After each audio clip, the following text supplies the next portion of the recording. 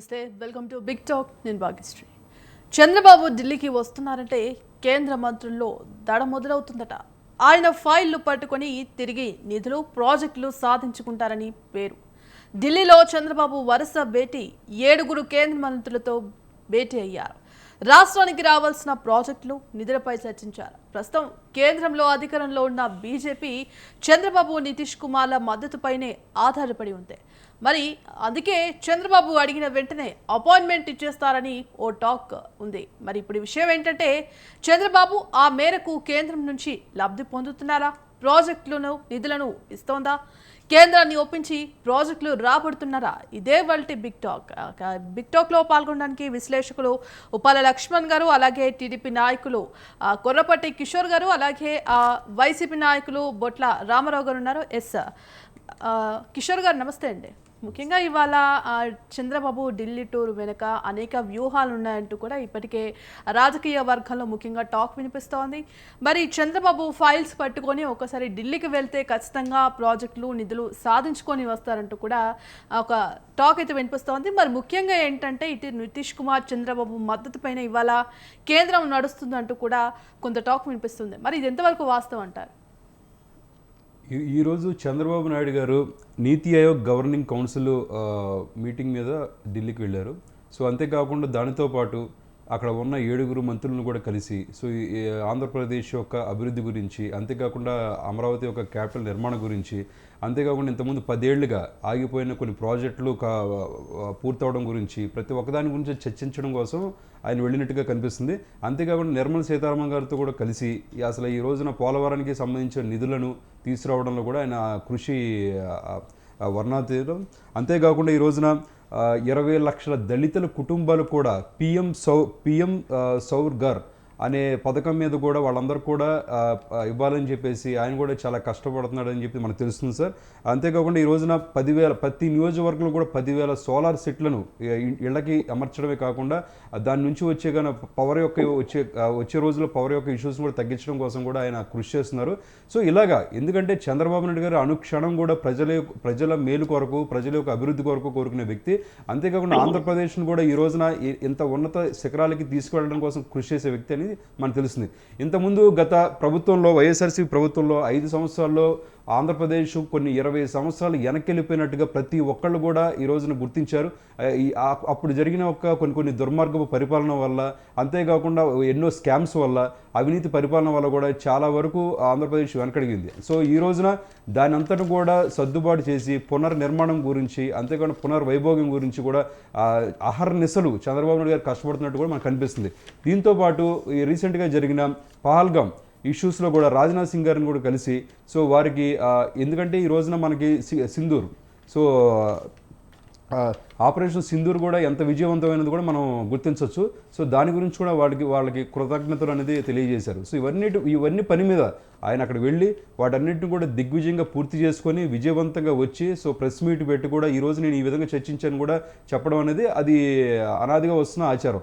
So కానీ ఇంతకుముందు జగన్మోహన్ రెడ్డి గారు ఎన్నిసార్లు ఢిల్లీకి వెళ్ళినా ఆయన మీద ఉన్న కేసులను తీసుకోవడం గురించి కానీ, సో లేదా వాళ్ళకి రావాల్సిన ఏమైనా తాయిలాల గురించి కానీ, వాళ్ళు ఏదైతే అవినీతిలో కూరుకుపోయిన వాటిని బయటపడడం కోసం ఆలోచన పరంగా కానీ వాటి గురించి మాత్రమే చర్చించినట్టు మనకు కనిపిస్తుంది. ఎందుకంటే ఎప్పుడు కూడా ఢిల్లీలో ఢిల్లీలో ఏ మంత్రిని కలిసినా బయటకు వచ్చిన తర్వాత ఒక్క ప్రెస్ మీట్ కూడా గత 5 సంవత్సరాల్లో ఒక్క ప్రెస్ మీట్ కూడా ఆయన పెట్టినట్టు కూడా మనకు ఎక్కడ కనిపించలేదు. సో దీన్ని బట్టి అర్థమవుతుంది ఎవరు నాయకుడు, ఎవరు వినాశకుడు, సో ఎవరు ఆంధ్రప్రదేశ్ యొక్క అనుక్షణం ఆలోచించే నిజమైన క్రెడిబుల్ లీడర్ అని చెప్పి మనకి ఇక్కడ అర్థమవుతుంది. రామారావు గారు, మరి ఇవాళ చంద్రబాబు ఢిల్లీ టూర్ అనగానే ఖచ్చితంగా ప్రాజెక్టులు నిధులు సాధించుకునే వస్తారు, నిధులకు సంబంధించి ఒప్పందం కుదుర్చుకునే వస్తారు అంటూ కూడా వార్తలు వినిపిస్తున్నాయి. మరి నిజంగానే గత ప్రభుత్వంలో అవినీతి జరిగింది కాబట్టి ఇవాళ రాష్ట్రంలో ఈ పరిస్థితి నెలకొంది అని చెప్తున్నారు. మరి ఈ కారణంగానే చంద్రబాబు ఢిల్లీలో 7 కేంద్ర మంత్రులు భేటీ అవుతున్నారు అంటున్నారు. మరి మీరేమంటారు? ఇక్కడ హాస్యాస్పదమైన ఆరోపణలు మేడం. వైఎస్ఆర్ కాంగ్రెస్ పార్టీ మీద ఏదైతే 2.5 సంవత్సరాల కరోనాను తట్టుకొని కూడా ఈ ఆంధ్రప్రదేశ్ ప్రజలకు ఇచ్చినటువంటి ప్రతి ఒక్క హామీని కానీ, ప్రతి ఒక్క మాటను కానీ నెరవేర్చేదానికి జగన్మోహన్ రెడ్డి గారు పడినటువంటి తపన అది చూసి ఓర్చుకోలేక, అంటే వీళ్ళు 2014-19 నుంచి కూడా ఈ కూటమి పేరుతోటి వీళ్ళు కూడా అలయన్స్ కట్టి ప్రభుత్వాన్ని నడిపారు కదా మేడం. ఆ రోజు 2,73,000 కోట్ల రూపాయలను జగన్మోహన్ రెడ్డి గారు అర్హులైనటువంటి ప్రతి పేదవారికి కూడా ఆయన డీబీటీ పద్ధతి ద్వారా ట్రాన్స్ఫర్ చేస్తే ఎక్కడా కూడా అవినీతి లేకుండా, వీళ్ళు చేసింది ఏంటి మేడం, జన్మభూమి కమిటీల ద్వారా దోపిడీ చేశారు. అట్లాగే ఎంతో మందికి ఇళ్ల స్థలాలు ఇచ్చే కార్యక్రమం కానీ ఎక్కడ మనం ఏ కార్యక్రమం కూడా ఆగలేదు. 17 మెడికల్ కాలేజీలు తీసుకురావడం కానీ, 4 పోర్టులు నిర్మించడం కానీ, ఈ రాష్ట్ర భవిష్యత్తు కోసం చిత్తశుద్ధితోటి పనిచేసినటువంటి వ్యక్తి జగన్మోహన్ రెడ్డి గారిని వీళ్ళు నిత్యం విమర్శించకపోతే వీళ్ళకి నిద్రపోదు. ఎందుకంటే వీళ్ళకి చేత కాదు కదా. వీళ్ళ ఇంటర్నల్ అటెన్షన్ ఏంటంటే, ఈరోజు మోడీ గారు ఏంటంటే కొంత ఏదైతే జాతీయ స్థాయిలో ఈ చంద్రబాబు నాయుడు గారు లాంటి వాళ్ళు ఏదైతే అవినీతి మకిలం ఉన్నటువంటి, అవినీతి ముద్రం ఉన్నటువంటి వ్యక్తులను కొంచెం గమనిస్తున్నటువంటి పరిస్థితి. ఎందుకంటే ఇతర దేశాలకు వెళ్ళి ఈయన సన్ రైజ్ కంట్రీ అని చెప్పి, సన్ రైజ్ కంట్రీకి నేను ముఖ్యమంత్రి సీఈఓని అని చెప్తాడు, ముఖ్యమంత్రి అని చెప్పడు. అంటే ఇది ఒక సన్ రైజ్ కంట్రీ ఆంధ్రప్రదేశ్, దీనికి ఒక రాజులాగా క్రియేట్ చేస్తున్నటువంటి విధానం ఇది మోడీ గారు పసిగట్టిన తర్వాతే కదా మేడం. గతంలో కూడా దాని మీద మోడీ గారు అడిగినటువంటి సందర్భం కూడా ఉంది. ఇక్కడ ఈ మధ్య కాలంలో జరుగుతున్న అంశం ఏంటంటే, ఇప్పుడు సింగపూర్ కాకుండా సింగపూర్ నుంచి యూరోపియన్ కంట్రీస్లో కొన్ని చోట్ల మరలా వ్యాపారాలు స్టార్ట్ చేశారు మేడం. ఎవరు? చంద్రబాబు నాయుడు గారు, లోకేష్ గారు ఆధ్వర్యంలో ఇక్కడ వీళ్ళు సంపాదించినటువంటి డబ్బులు తీసుకెళ్లి అక్కడ హోటల్ రంగంలో నిర్మాణాలు మొదలుపెట్టారు. వీటన్నిటి మీద ఏదైతే విదేశాంగ శాఖ వీటన్నిటిని కూడా పర్యవేక్షిస్తుంది, వీళ్ళ అవినీతి కానీ, వీళ్ళు సంబంధించినటువంటి దోపిడీ కానీ, వీళ్ళు ఇన్వెస్ట్మెంట్ ఎక్కడ చేస్తున్నారు అనేది విదేశాంగ శాఖ కానీ, అదే సెంట్రల్ ఇంటెలిజెన్స్ కూడా, ఇదంతా కూడా ఉంటుంది కదా. వీటి మీద సమాధానాలు చెప్పుకోవడానికి పోతున్నారా, లేకుంటే ఈ రాష్ట్ర భవిష్యత్తు కోసం అయితే వీళ్ళు బడ్జెట్లో ఏ మాత్రం కూడా ప్రేరేపితం చేయలేదు. మన రాష్ట్రానికి రావాల్సినటువంటి వాటా నిధులు వస్తే వీళ్ళు చప్పట్లు కొట్టారు. ఈ యొక్క అమరావతి కానీ, పోలవరానికి కానీ ఎక్కడా కూడా ఆశించిన స్థాయిలో జరగలేదు కదా మేడం. ఏదైతే వైజాగ్ స్టీల్ ప్లాంట్కి వచ్చినాయని చెప్తారు, కర్ణాటకలో స్టీల్ ప్లాంట్ కూడా ఇచ్చారు. కేంద్ర ప్రభుత్వము ఏదైతే నేషనలైజ్డ్ పాలసీలో చేసినటువంటి అంశాలను వీళ్ళు మా గొప్ప అని చెప్పుకునేటటువంటి విధానానికి శ్రీకారం చుట్టారు. ఎక్కడా కూడా మనం చూస్తే వీళ్ళు ఈ ఆంధ్రప్రదేశ్ని బాగుపరచడానికి వీళ్ళు ఆలోచన లేదు. వీళ్ళ ఆస్తుల్ని పెంచుకోవడానికి, తన అనుయాయులకు దోపిడీ చేసుకోవడానికి తప్పితే ఊరసా కుంభకోణం చూస్తాం కదా మేడం. 60 ఎకరాలు భూమిని అత్యంత చాలా నామినల్ రేటుకి కట్టబెట్టారు. 2.5 నెలల్లో స్థాపించినటువంటి కంపెనీకి ఇవన్నీ కూడా స్కామ్లు అంటే ఇవి మేడం. టీసీఎస్కి 22 ఎకరాలు 99 పైసలకి చాక్లెట్ కూడా రాని పరిస్థితి ఉంది. వీళ్ళు 99 పైసలకి ఎకరం ఇస్తారు. అట్లాగే మనం చూసాం టీజీ విశ్వప్రసాద్ అని పీపుల్స్ మీడియా ఫ్యాక్టరీ అని చెప్పి పవన్ కళ్యాణ్ గారితో కలిసి ఆ నిర్మాణ సంస్థ ఉంది. ఆయనకు ఈ స్కూటర్స్ తయారు చేస్తారంటే 1200 ఎకరాలు కట్టబెట్టారు. ఇది స్కామ్ అంటే. వీళ్ళు పనిచేసేది లేదు.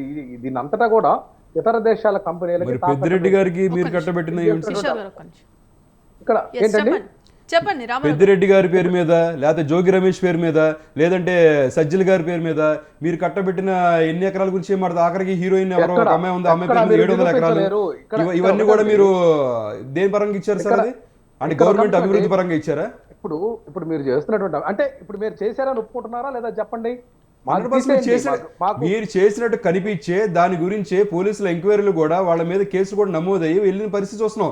ఈ రోజున మీ ఎవరైతే జాతీయ అధ్యక్షుడు ఉన్నాడో జగన్మోహన్ రెడ్డి గారి మీదే కొన్ని కేసులు 12 ఏళ్ల పాటు ఆయన ఇలాంటి అక్రమ ఆర్జితంలో ఆయన కేసులు చుట్టూ తిరుగుతున్నారు కూడా విషయం తెలుసు.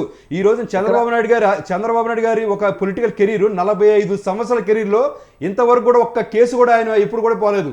మీలాగా జగన్మోహన్ రెడ్డి గారు ఇలాగా ప్రతి దాంట్లో కూడా కేసులు ఇరుక్కొని ఇంకా మీరు మాట్లాడుతున్నారంటే సార్, జనాభా ప్రతి ఒక్కరు కూడా నవ్వుతున్నారు సార్. ఇంకా మీరు అలాంటి మాటలు మాట్లాడదు దయచేసి. రాజకీయాలు ఎప్పటి నుంచి ఉన్నారు సార్? రాజకీయాలు ఎప్పటి నుంచి ఉన్నావో జగన్మోహన్ రెడ్డి గారు అక్రమంగా సంపాదించలేదో 10th క్లాస్ పిల్లలతో సహా చెప్తారు సార్. నేను రాజకీయాలు ఎప్పటి నుంచి ఉన్నాను, మీరు రాజకీయాలు నిన్నొచ్చారా లేకపోతే 30 ఏళ్ళ నుంచి 40 ఏళ్ళ నుంచి ఉన్నారా? కాదండి, గత 40 ఏళ్ళు 50 ఏళ్ళ నుంచి కూడా మనం ఎప్పుడు ఊహించనంత అక్రమంగా దోచిన వ్యక్తి జగన్మోహన్ రెడ్డి. ఈ రోజున లిక్కర్ స్కామ్ లో కూడా తన స్కూల్లో నిక్కర్లు వేసుకున్నప్పటి నుంచి కూడా మెదిగిన మనిషి రాజశేఖర రెడ్డి ఆయన వచ్చి చెప్పాడు సార్. ఇంకా మీరు ఇంకా కప్పి కూర్చుంటుంటే నవ్వుతున్నారు సార్, సిగ్గు లేకుండా మన జనాలు. అందుకే ఇప్పుడు నవ్వుతారనే మీరు ఏంటంటే వైఎస్ఆర్సీపీ వాదన కానీ ప్రజల్లో ఉన్నటువంటి అంశాలను కానీ మీరు రిసీవ్ చేసుకునే పరిస్థితి లేదు. మీకు ఇరిటేషన్ అనమాట. నేనేం చెప్తున్నాను అంటే వినండి ఒక నిమిషం. మీరు చెప్పేదానికి విన్నాను కదా. నేనేమంటానంటే చంద్రబాబు గారి మీద ఒక కేసు కూడా లేదన్నారు. ఇది శుద్ధాబద్ధం. 1997లో రెడ్డి నాయక్ గారు చంద్రబాబు అక్రమాస్తుల మీద కేసు పెడితే స్టే తీసుకొచ్చుకుంది చంద్రబాబు గారు కాదా? 98లో రాజశేఖర రెడ్డి గారు హైకోర్టులో దావా వేస్తే స్టే తీసుకొచ్చింది చంద్రబాబు గారు కదా. 99లో షబ్బీర్ అలీ, డిఎల్ రవీంద్రారెడ్డి గారు కేసులు వేస్తే స్టే తీసుకొచ్చింది చంద్రబాబు గారు. నిరూపించుకోవచ్చు కదా. 99, 2000, 2001లో కూడా రాజశేఖర రెడ్డి గారు దావా వేస్తే స్టే తెచ్చారు. 2003లో కృష్ణకుమార్ గౌడ్ అనే ఆయన అక్రమాస్తుల మీద కేసు వేస్తే స్టే తీసుకొచ్చుకున్నారు. 2003లోనే కన్నా లక్ష్మీనారాయణ, ఇప్పుడు మీ పార్టీలోనే ఉన్నారు, సత్తెనపల్లి ఎమ్మెల్యే, మాజీ మంత్రి, ఆయన హెరిటేజ్ మీద కేసు వేస్తే అప్పుడు స్టే తెచ్చుకున్నారు. మళ్ళా 2004లో తిరిగి కన్నా లక్ష్మీనారాయణ కేసు రామారావు గారు, వాటిలో ఎన్ని ఆస్తులు అటాచ్ చేశారో నాకు చెప్పాలా. ఈ రోజు జగన్మోహన్ రెడ్డి గారు అక్రమంగా సంపాదించారని చెప్పేసి అటాచ్ చేశారు అక్కడ. ఇంతవరకు కూడా చంద్రబాబు నాయుడు గారు అక్కడ కూడా అటాచ్ చేయలేదు. కేసు పెట్టారు సార్. లాస్ట్ ఇయర్ పెట్టిన కేసు కూడా చెప్పండి మీరు. లాస్ట్ ఇయర్ పెట్టిన కేసు కూడా చెప్పండి సార్. నవ్వుతున్నారు సార్ జనాభా. చంద్రబాబు నాయుడు గారి మీద కేసు అంటే నవ్వుతున్నారు. ముందు ఇలాంటి మాటలు మాట్లాడారు కాబట్టి ఈ రోజున 11 సీట్లు ఇచ్చి ఇంట్లో కూర్చోబెట్టే పరిస్థితి అది. ఇంకా మీరు మభ్య పెట్టద్దు. ఈసారి 11 సీట్లు కూడా రావు సార్. 4 సీట్లకి పరిమితం అవుతారు మీరు. సార్ నవ్వుతున్నారు సార్. ఇంకా కప్పిపుచ్చకండి సార్. మీరు నిజంగా మాట్లాడుతుంటే ఒకసారి చూడండి, టీవీల ముందు కూర్చొని నవ్వుతున్నారు జనాభా. జగన్మోహన్ రెడ్డి గారు, లక్ష్మణ్ గారు, మరి ఇవాళ చంద్రబాబు ఆ స్కెడ్యూల్ కన్నా ముందే ఢిల్లీ పర్యటనలో 3 రోజుల పాటు పర్యటనకు వెళ్ళడం ఇటు ఏపీ రాజకీయాల్లో కూడా హాట్ టాపిక్ గా మారిన పరిస్థితి కనిపిస్తోంది. మరి చంద్రబాబు ఢిల్లీ పర్యటన తర్వాత ఈవేళ ఏపీలో పరిణామాలు ఎలా ఉండబోతున్నాయి అంటారు? ఏమిటమే రొటీనే కదా. ఇప్పుడు ప్రభుత్వ పరిపాలనలో ఏదైతే కేంద్ర ప్రభుత్వము చేయవలసిన పనులన్నీ కూడా చేస్తుంది. నిధుల విషయంలో కూడా ఏమీ ఆలస్యం చేయటం లేదు. కొత్త ప్రాజెక్టులు ఏమైనా టేకప్ చేసేటప్పుడు కేంద్ర అనుమతులు ఏమైనా ఉంటే కనుక తీసుకోవాల్సిన అవసరం ఉంటుంది. సరే, పోలవరము, అమరావతి, ఇది 2 ఇంపార్టెంట్ గా భావించినప్పుడు వాళ్ళు టార్గెట్ పెట్టుకున్నారు. నిధులు ఇస్తామంటున్నారు. కొన్ని లోన్ల ద్వారా అమరావతికి ఆల్రెడీ నిధులు కేటాయించారు. కాకపోతే ఏంటంటే, కూటమిలో ఉన్నప్పుడు ఎప్పటికప్పుడు కేంద్ర మంత్రులను కలిసి ఏవైతే పెండింగ్ లో ఉంటున్నాయో, అంటే కేంద్రంలో ఎలా ఉంటదంటే అనేక ప్రతిపాదనలు పంపినప్పుడు ఆలస్యం అవుతుంటాయి. అక్కడ ఆలస్యం అవుతున్నప్పుడు వెళ్ళి చెప్పకపోతే ఆ ఫైల్స్ కదలవు. అందువల్ల వెళ్లాల్సి వస్తుంది. ఇక తన కూటమిలో ఉన్నాడు కాబట్టి, చంద్రబాబు నాయుడు గారు కూటమిలో ఉన్నారు కాబట్టి ఖచ్చితంగా అక్కడ మంత్రులు వస్తున్నారు, ముఖ్యమంత్రి గారు అంటే అపాయింట్మెంట్లు ఇస్తారు, మాట్లాడతారు, ప్రతిపాదనలు ఏమైనా ఇస్తే తీసుకుంటారు, ఏమైనా పెండింగ్ ఉంటే దాని మీద చర్యలు తీసుకోవడానికి ప్రయత్నం చేస్తారు. ఇది ఇప్పటికెళ్ళి చాలాసార్లు పోయాడు కదా. ఇది కొత్తగా ఇవాళ వెళ్ళి అక్కడ ఏదో జరుగుతుంది అనేది ఏం లేదని నేను అనుకుంటున్నాను. రొటీన్ గా తప్పదు. ఇప్పుడు కాబట్టి మళ్ళీ పెద్దవాళ్ళతో మళ్ళీ వెళ్ళక తప్పదు, వెళ్తున్నారు. అయితే రాజకీయ పరంగా మనం ఏదైనా మాట్లాడుకోదలుచుకుంటే పరిపాలన సజావుగా సాగుతున్నదా లేదా అని అనుకున్నప్పుడు ఆశించినంతగా లేదు. అది ఎవరో మనం చెప్పడం లేదు, తెలుగుదేశం వాళ్ళే చెప్తున్నారు. కొన్ని పనులు జరగటం లేదు, మేము నియోజకవర్గం ప్రజలకు ముఖం చూపించలేకున్నామని శాసనసభ్యులే అంటున్నారు ఆ మాట.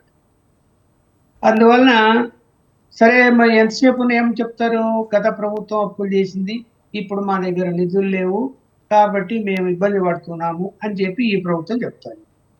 గత ప్రభుత్వం తోసేస్తుంది.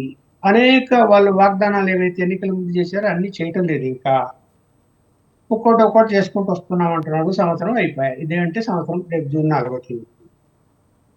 మరి సంవత్సరం అయినా కూడా కొన్ని చేయలేని పరిస్థితులు ఉన్నాయి అని అనుకుంటున్నప్పుడు మరి అప్పులు కూడా చేశారు కదా మరి ఈ సంవత్సరంలో ఎక్కువగానే.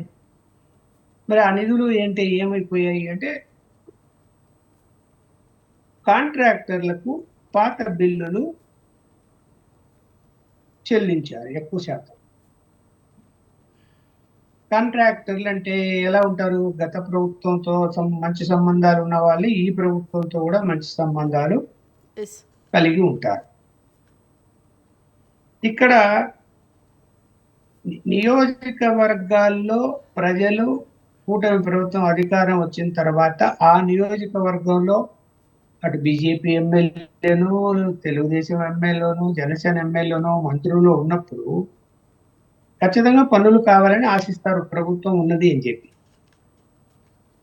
పనులు జరుగుతున్నాయా, ఎంతవరకు జరుగుతున్నాయి, ఎంతవరకు నిధులు విడుదల చేస్తున్నారు అంటే జాప్యం జరుగుతుంది.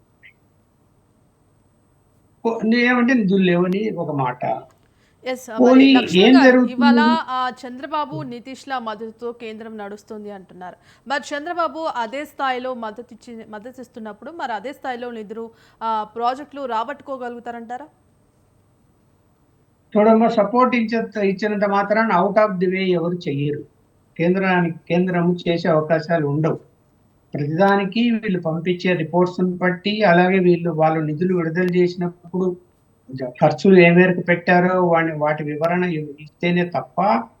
ఎందుకంటే నీతి ఆయోగ్ అనేది ఉన్నది. ఇప్పుడు ఎల్లుండి నీతి ఆయోగ్ మీటింగ్ జరుగుతున్నది, సోమవారం అనుకుంటారు, ఢిల్లీలో, లేదంటే రేపు అనుకుంటారు, గుర్తులేదు, రేపా సోమవారం అయింది. నీతి ఆయోగ్ మీటింగ్ లో నీతి ఆయోగ్ అన్ని విషయాలు, అన్ని రాష్ట్రాల విషయాలు ఒకే విధంగా ఉంటది కదా. ఒక రాష్ట్రానికి ఎక్కువ, ఒక రాష్ట్రానికి తక్కువ అలాంటిది ఏం చేయరు. కాకపోతే అంటే ప్రత్యేక నిధులు ఇవ్వటానికి కేబినెట్ అప్రూవ్ తీసుకొని కొంత వరకు చేయడానికి అవకాశం ఉంటుంది, చేస్తారు. కమిట్మెంట్లు ఏమైనా ఉన్నప్పుడు, ఇప్పుడు పోలవరం కమిట్మెంట్ ఉంది, చేస్తున్నారు, టెండర్లు పిలిచారు, ఆ వర్క్ నడవాలి. ఆ రాజధానికి కమిట్మెంట్ ఉంది, నిధులు కేటాయించారు, ఆ వర్క్ నడవాలి, టెండర్లు పిలిచారు, ఇంకా వర్క్ ప్రారంభమయ్యాయి. ఇక రొటీన్ గా వాటికి నిధులు అంటే బడ్జెట్ ఏదైతే నీతి ఆయోగ్ నిర్ణయం మేరకు జిఎస్టికి సంబంధించినటువంటి వాటిని ప్రతి నెల కూడా అన్ని రాష్ట్రాలకు కట్ ఆఫ్ డేట్లు విడుదల చేసినట్లే ఆంధ్రప్రదేశ్, తెలంగాణకు కూడా నిధులు వస్తున్నాయి. ఏం రావటం లేదు కదా. వాటా ఏదైతే ఉందో ఆ వాటా నిధులు కేటాయిస్తున్నారు. అందులో ఏమీ ఒక్క రూపాయి తగ్గించింది లేదు, ఒక రూపాయి పెంచింది లేదు. ఆ ఇబ్బంది ఏం లేదు. అది రొటీన్ గా నడిచిపోతున్నది. కాంగ్రెస్ పాలిత రాష్ట్రాలకు వస్తున్నది, కూటమి ప్రభుత్వాల రాష్ట్రాలు కూడా వస్తున్నాయి. ఏంటి చేయగలిగింది ఏముంటుంది అక్కడ? పోతారు, ఫైనాన్స్ మినిస్టర్ దగ్గర కూర్చుంటారు, మాట్లాడతారు, త్వరగా శాంక్షన్ చేయాలి కొన్ని అని చెప్తారు. కాకపోతే ఏంటంటే ప్రైవేట్ రంగంలో పరిశ్రమలు విస్తరించడానికి ఏదైనా చేయగలిగితే లక్ష్మణ్ గారు ఒక్క నిమిషం. కిషోర్ గారు, మరి కేంద్రంలో చంద్రబాబు నితీష్ల మద్దతు ఉంది. మరి ఆ మద్దతుతో పూర్తి స్థాయిలో నిధులు కావచ్చు, ఇటు ప్రాజెక్టులకు సంబంధించి రాబట్టుకోగలుగుతారా అనే టాక్ కూడా వినిపిస్తోంది. మరి ఇందులో భాగంగా ఇటు స్కెడ్యూల్ కన్నా ముందే చంద్రబాబు ఢిల్లీ వెళ్ళడం కూడా రాజకీయాల్లో అనేక ప్రశ్నలు అయితే మెలుగుతున్నాయి. మరి ఈ రాజకీయాల పరంగా చూసుకున్నప్పటికీ కూడా మోదీ కన్నా చంద్రబాబు ఎంతో సీనియర్, రాజకీయాల్లో ఎంతో అనుభవజ్ఞులైన వ్యక్తి. మరి ఈ నేపథ్యంలో దాన్ని ఉపయోగించుకొని పూర్తి స్థాయిలో ఏపీకి సంబంధించిన ప్రాజెక్టులు కావచ్చు, నిధులు కావచ్చు రాబట్టే అవకాశం ఉందంటారా? 100% చెప్పాం కదా మేడం. ఎందుకంటే ఈ రోజున ఆంధ్రప్రదేశ్ బాగు కోరే మనిషి, అంతేకాకుండా దాన్ని అభివృద్ధి చేయగలిగే ఏకైక మనిషి చంద్రబాబు నాయుడు గారు. ఈ రోజున మనం ఇప్పుడు హైదరాబాద్ తీసుకుంటే కనుక మన కులీ కుతుబ్ షా, అదే సికింద్రాబాద్ తీసుకుంటే కనుక మన నిజాము, అలాగే సైబరాబాద్ తీసుకుంటే నారా చంద్రబాబు నాయుడు గారు. అలాంటి ఒక నగరాన్ని నిర్మించిన వ్యక్తి, ఆ ఘనత కేవలం చంద్రబాబు నాయుడు గారికి మాత్రమే ఉంది. అలాంటి వ్యక్తే ఈ రోజున అమరావతి అనేది దానికి శంకుస్థాపన చేసి ఈ రోజున మొదలుపెట్టి దాన్ని ఎంతో విధంగా అభివృద్ధి పదం వైపు నడిపిస్తున్నారంటే కేవలం ఆయన వల్లే సాధ్యం. ఇంతకుముందు 5 సంవత్సరాల్లో కూడా 2014 నుంచి 18 వరకు కూడా ఏదో విధంగా దాన్ని కష్టపడి ముందుకు వెళ్ళడం కోసం కూడా ల్యాండ్ పూలింగ్ 33,000 ఎకరాలు తీసుకొని దాంట్లో ఎన్నో కట్టడాలు కట్టి, అంతేకాకుండా ఈ రోజున నోటికి వచ్చినట్టు మాట్లాడే వైఎస్ఆర్సీపీ వాళ్ళు కూడా, అంత గ్రాఫిక్స్ అనే వాళ్ళు కూడా ఈ రోజు కూడా అక్కడే మనకు ఉన్న ఏదైతే సెక్రటరేట్ ఉందో కేవలం అక్కడే అమరావతిలోనే కట్టింది. మనం ఎన్నాళ్ళు కూడా ప్రజలు మెచ్చే మనిషిని చూసాం, ప్రజలు కోరుకునే మనిషిని చూసాం. కానీ తన అధికారంలో ఉన్నప్పుడు కూడా పరదాలు కట్టుకొని సెక్రటరీకి వెళ్ళే ఒకే ఒక్క సీఎం నాకు తెలిసి చరిత్రలో లేడు, ఇంకా ముందు కూడా రాడు, నా భూతో నా భవిష్యత్ అన్నట్టుగా కేవలం జగన్మోహన్ రెడ్డి గారు మాత్రమే ఉంటారు. పరదాలు కట్టుకొని అసెంబ్లీకి వెళ్ళే అంత క్లిష్టమైన పరిస్థితి తెచ్చుకున్నది జగన్మోహన్ రెడ్డి గారు. ఈ రోజున అలాంటి వ్యతిరేకత వచ్చే ఆయన ఇంట్లో కూర్చోబెట్టి ఇక్కడ తీసుకొచ్చే పరిస్థితి ఉంది. ఇంతకుముందు ఆయన అంటున్నారు, సో ఏదో గవర్నమెంట్ మెడికల్ కాలేజీలు తీసుకొచ్చేసాము, అది చేసాము, 8,500 కోట్ల రూపాయలు పెట్టి మనం చేసామని. ఎక్కడ కూడా 8,500 కోట్ల రూపాయలు ఎక్కడ ఖర్చు పెట్టలేదు మేడం. అంతేకాకుండా 17 మెడికల్ కాలేజ్ కూడా ఎక్కడ రాలేదు. సో కేవలం నామమాత్రంగా ఓన్లీ మీడియా పరంగా మాత్రమే చెప్పడం అని తప్పితే, నోటి మాట తప్పితే ఏదైతే కరెక్ట్గా రాదో అదే విధంగా వాళ్ళు కూడా చేశారు.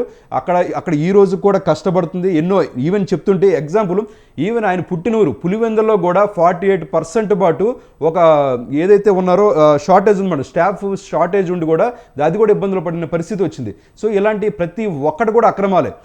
విద్యుత్ పరంగా చూసుకున్న అక్రమాలు, లిక్కర్ పరంగా చూసుకున్న అక్రమాలు, అంతేకాదు నాడు నేడు చూసుకున్న అక్రమాలు, ప్రతి ఒక్క దాంట్లో కూడా అక్రమం. ఇది కాకుండా ప్రతి ఒక్కరి మీద కేసు పెట్టడాలు, నోరు మెదిపిన వ్యక్తి మీద దాడులు చేయడాలు ఇవన్నీ కూడా చేశారు మేడం. ఇంకోటి ఏదో చెప్పారు, జన్మభూమి కమిటీలు చెప్తారు సార్, ఇంకా మీరు 1998 మాట ఇంకా ఇంకా ఇంకా మాట్లాడుతున్నారంటే ఇది మీ చేతకానితనానికి నిదర్శనం. ఎందుకంటే ఈ రోజున తెలుగుదేశం పార్టీని ఆ రోజున 1996లో కూడా ఆయన ఎన్నో నిందించినా సరే జనాలు అఖండ మెజారిటీని తీసుకొచ్చి 1999లో గెలిపించారు. మీరు అది గుర్తుపెట్టుకోవాలా. ఈవెన్ 2003లో కూడా ఆయన గెలిచే మనిషి కేవలం 1% ఓటుతో, అది కూడా 6 నెలల ముందు ఎన్నికలకు వెళ్ళబట్టి ఆయన ఓడిపోయిన పరిస్థితి. లేకపోతే ఆ రోజు కూడా ఆయన గెలిచే వ్యక్తి. అంతేకాకుండా 2014లో కూడా కేవలం చంద్రబాబు నాయుడు గారు మాత్రమే అమరావతిని కట్టగలడు అన్న ఒక కాన్ఫిడెంట్తో ఈ రోజు గెలిపించిన పరిస్థితి చూస్తాం. సింగపూర్ హోటల్స్ ఒకటి మేడం, సింగపూర్లో హోటల్స్ పెట్టారు, లేకపోతే వ్యాపారాలు చేశారు. చెప్పండి సార్, హోటల్ పేరేంటి, ఏ వ్యాపారం పెట్టారు మీకు తెలుసా? ఏమైనా ప్రూఫ్ ఉందా మీ దగ్గర? నోటికి వచ్చిన ఇలాంటి మాట్లాడంటే 100 మాట్లాడతాం మేము. బెంగళూరు ప్యాలెస్ వెళ్ళి ఎక్కడ కూడా చంద్రబాబు నాయుడు గారు వేరే ప్యాలెస్ లేవు ఆయనకి. ఎక్కడ కుప్పంలో ప్యాలెస్ లేదు, బెంగళూరులో ప్యాలెస్ లేదు, ఎక్కడ కూడా సింగపూర్లో ప్యాలెస్ లేదు ఆయనకి. ఎప్పుడు చూసినా ఆయన 20 గంటలు ప్రజల కోసం కష్టపడి కేవలం 4 గంటలు మాత్రమే బస్సులో కూడా పడుకొని కష్టపడిన వ్యక్తి ఈరోజు చంద్రబాబు నాయుడు గారు. మీకులాగా కొబ్బరికాయ కొట్టడానికి కూడా కింద కొంగలాగా రాయి పైకెత్తుకు లేపుకొని, సో అంతేకాకుండా నోటికి వచ్చినట్టు కూడా మీరు ఇదంతా కూడా చెప్పేసి ఏంటంటే మేనిఫెస్టోలు రిలీజ్ చేసి, సార్ ఏంటి సార్ ఇది ఆలయాల్లో 10,000 నుంచి 30,000 రూపాయలకి శాలరీ పెంచుతారా? ఏ పూజారికి వచ్చింది సార్ 30,000 రూపాయల శాలరీ? ప్రతి ఒక్కరు క్రిస్టియన్ మైనారిటీ వాళ్ళకి ప్రతి ఒక్కరికి ₹1,00,000 ఇస్తారా? ఎక్కడ ఇచ్చారు సార్? జర్నలిస్టులకి స్థలాలు ఇస్తారా? పూజారికి స్థలాలు ఇస్తారా? ఏం చేశారు సార్ మీరు? నాకు అర్థం కాదు. మాట్లాడితే మేము ప్రతిపక్ష హోదా కావాలని చెప్పి సిగ్గు లేకుండా మాట్లాడుతున్నారు కదా ఈ రోజున. మీకు నిజంగా తప్పు చేసినట్టు అనిపిస్తే, మీకు దమ్ముంటే ఈ రోజున మీరు రండి సార్ అసెంబ్లీకి వచ్చి పలానా ఏరియాలో పలానా ఇష్యూ ఉందని చెప్పండి. మీకు చెప్పడానికి ధైర్యం ఉందా? లేదు. ఎంతసేపు కూడా మీడియా ముందు రావడం, నేనే మంచోడిని, నాకంటే మంచోడు లేడు, వాళ్ళందరూ కొండాకూరులు, వాళ్ళందరూ ఏదో. ఏంటి సార్ ఇది? సిగ్గుండాలి సార్. ఇంకా ఏ రాజకీయం చేస్తున్నారు సార్? మీరు ఏదో ఎంతో చెప్పారు, ఎప్పుడు వచ్చారు మీరు రాజకీయం అంటే 1978, 80 రాజకీయాలు చేస్తున్నారండి. ఈ రోజున ప్రతి ఒక్కరు కూడా చదువుకున్నారు. మీరు చెప్పే కళ్ళబొల్లి కబుర్లన్నీ కూడా ప్రతి ఒక్కరు కూడా గమనిస్తున్నారు. మీరు అన్నీ కూడా తెలుసుకొని ప్రజలకు ఏం కావాలో తెలుసుకుని అది చేయడం మీరు మొదలు పెట్టుకోండి. ఖచ్చితంగా చంద్రబాబు నాయుడు గారు ఏది సాధించాలని ఆయనే. ఈ రోజున కొన్ని 100,000 కంపెనీలు ఈ రోజున ఆంధ్రప్రదేశ్ చుట్టూ కూడా క్యూ కడుతున్నాయి అంటే, ఈ రోజు నిన్న మొన్నటిదాకా కూడా భవన నిర్మాణ కార్మికులు కానీ ఎంతోమంది పస్సులుండి మీరు మాట్లాడితే ఈ రోజు మీరు గమనించట్లేదు.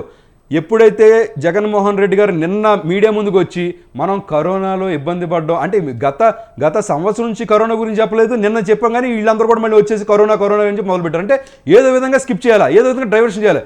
ఆ రోజున మీరు గెలిచిన తర్వాత ఏం చెప్పారు సార్? మీరు గెలిచిన వెంటనే మా అవ్వ నాకు ఓటే లేదు, మా తాత నాకు ఓటే లేదు, అంతేకాకుండా వీళ్ళందరూ కూడా ఎందుకు ఓట్లు లేదు నాకు అర్థం కాలేదు, దేవుడికి తెలియదు అని చెప్పారు. ఎలక్షన్ అయిపోయి రిజల్ట్ వచ్చిన తర్వాత రోజు ఆయన అదే చెప్పాడు. కానీ 2 నెలల తర్వాత సజ్జలో వచ్చేసి మళ్ళీ మొదలెట్టాడు రాజకీయం. మొదలుపెట్టి ఈవీఎం ట్యాంపరింగ్ అన్నాడు.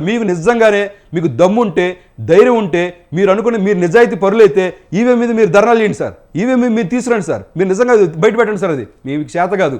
ఎంతసేపు కూడా గొడ్డగాల్చి ఎదుటి మీద తోయడం తప్పితే ఇంకెలాంటి రాజకీయాలు అనేది చెల్లవు. వైఎస్ఆర్సీపీ గతం. ఇక ఫ్యూచర్లో ఎప్పుడు కూడా వైఎస్ఆర్సీపీ అనేది అక్కడ కనుమరుగైపోయింది. ఆల్రెడీ ఆంధ్రప్రదేశ్లో ఎక్కడా కూడా వైఎస్ఆర్సీపీ జెండా పట్టుకోవడానికి కూడా సిగ్గుపడుతున్నారు అక్కడ వాళ్ళ కార్యకర్త కూడా. ఈ రోజున వాళ్ళ కార్యకర్తలు కూడా ఏం చేసేసారు, ప్రతి ఒక్కళ్ళని కూడా నేనున్నాను వెనకని చెప్పేసి వాళ్ళందరూ కూడా ఇబ్బందులు పెట్టి, కేసులు పెట్టి, అక్రమంగా లోపల తోపించేసి వాడు ఇష్టం వచ్చాడు. ఈవెన్ అధికారులు కూడా ఏం చేశారంటే మేడం, గత హయాంలో మనం చూసాం. శ్రీలక్ష్మి గారు నేనున్నాను మీ వెనక, నువ్వు వెళ్ళి సంతకం పెట్టు, నేను లేనా, ఏమైనా ఉంటే నేను చూసుకోనా అని చెప్పేసి అనవసరంగా ఎంతోమంది అధికారులు ఈ రోజున పొట్టను పెట్టుకున్న పరిస్థితి ఈ రోజున జగన్మోహన్ రెడ్డి గారు, వైఎస్ఆర్సీపీ ప్రభుత్వం కదా. ఈ రోజు ఎంతమంది ఒక లిక్కర్ స్కామ్లో కొన్ని వందల మంది బయటపడుతున్నారు. వాళ్ళందరూ కూడా నెత్తినోరు కొట్టుకుని మాదేం లేదు బాబు పైన ఆయన చెప్తే మీరు సంతకం పెట్టని చెప్పి నెత్తినోరు కొట్టుకుంటున్నారు. ఇంకా వస్తారు మేడం, ఎందుకంటే ఇలాంటి అవినీతి పరులు ఎప్పుడైతే నీతి నిజాయితీ లేకుండా ఏదైతే చేశారో ప్రతి ఒక్కరు కూడా రోడ్డు మీద రావాలి. అదే తెలుగుదేశం పార్టీ యొక్క ధ్యేయం. ఎస్ రామారావు గారు, మేడం మరి ఇవాళ మనకు తెలుసు లిక్కర్ స్కామ్ ఏపీలో రాజకీయంగా ప్రకంపనలు సృష్టిస్తోంది. ఇప్పటికే ఎంతో మంది అరెస్ట్ అవుతున్న పరిస్థితి కనిపిస్తుంది. అటు చాలా మంది కూడా సుప్రీంకోర్టును ఆశ్రయిస్తున్నారు. మరి ఈ నేపథ్యంలో ఇవాళ చంద్రబాబు ఢిల్లీ టూర్లో భాగంగా ఈ లిక్కర్ స్కామ్ గురించి కూడా చర్చ జరుగుతోంది. మరి ఈ నేపథ్యంలో జూన్ 4న జగన్ అరెస్ట్ తప్పదు అంటూ కూడా కొన్ని వార్తలు వినిపిస్తున్నాయి. మరి నిజంగానే జగన్ అరెస్ట్ అవుతారా? ఎందుకంటే గత హయాంలో వైఎస్ఆర్సీపీ హయాంలోనే జగన్ హయాంలోనే 1000 కోట్ల కుంభకోణం జరిగింది మద్యం విషయంలో అని చెప్పి అన్నారు.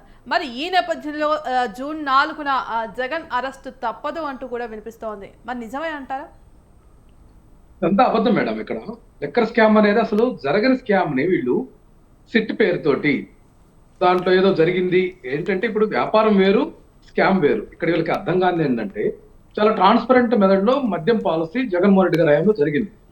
ఏదైతే డిస్టిలరీస్ అట్లాగే APBCL AP beverage corporation limited మధ్య జరిగినటువంటి లావాదేవీలు, అది వ్యాపారాత్మకమైనటువంటి లావాదేవీల్ని వీళ్ళు స్కామ్ గా క్రియేట్ చేస్తున్నారు. ఇక్కడ Raj Reddy arrest remand report లో ఏదంటే అబద్ధాలంతా పోలీసులు దర్యాప్తు సంస్థలు అంతే కదండి. ఇప్పుడు మాకు కూడా ఇక్కడ జరిగింది.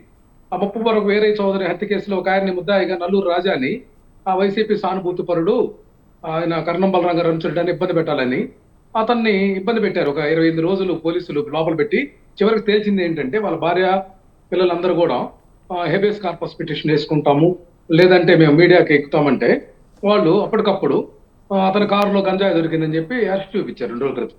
ఈ విధంగా దుర్మార్గమైనటువంటి విధానం దర్యాప్తు సంస్థలు చేస్తున్నారు. ఉదాహరణకి చెప్తున్నాను నేను, ఇదే విధానం అనమాట. వంశీ మీద కానీ లేకుంటే చూసాం మనం పోసాని కృష్ణమూర్తి లాంటి వాళ్ళ మీద కానీ ఎప్పుడు 5-10 సంవత్సరాల క్రితము ఏదో ఆయన మాట్లాడాడని చెప్పి 5 చోట్ల 10 చోట్ల ఏదో అనామకులు కేసులు పెట్టి, అసలు ఇక్కడ న్యాయ వ్యవస్థ ఏం చెప్తుందంటే, సహజ న్యాయ సూత్రాలు ఏం చెప్తున్నాయంటే, ఇన్ని చోట్ల కేసు పెట్టిన ఒక అంశం మీద ఒక చోట దాన్ని అరెస్ట్ చూపించి మిగతా చోట్లన్నీ కూడా ఎవిడెన్స్ గా పెట్టుకోమన్నారు.